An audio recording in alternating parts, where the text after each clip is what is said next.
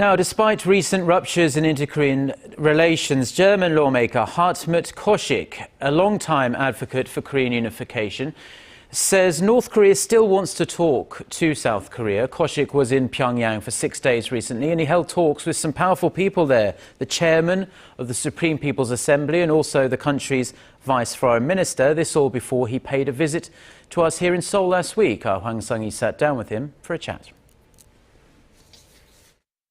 When you talked to North Korean officials during your stay there, what did they say about inter-Korean relations?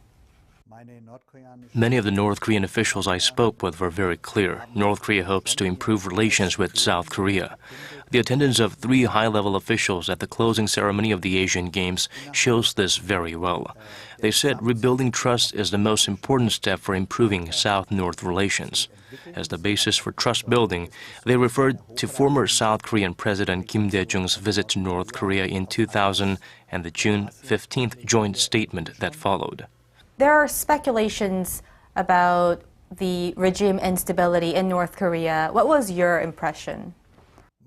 Of course, Kim Jong-un's power cannot be compared to that of his father, Kim Jong-il, in his prime.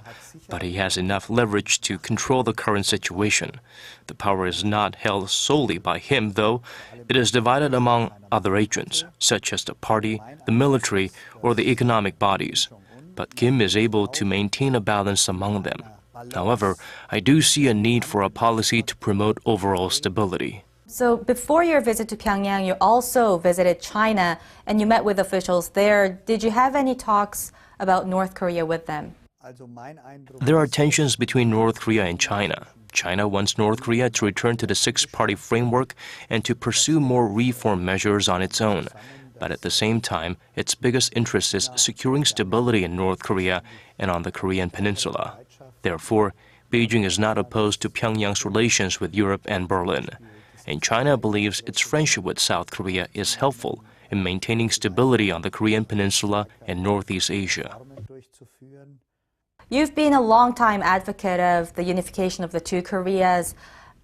In your view, what's the biggest hurdle to the Korean unification, and how do we make that leap?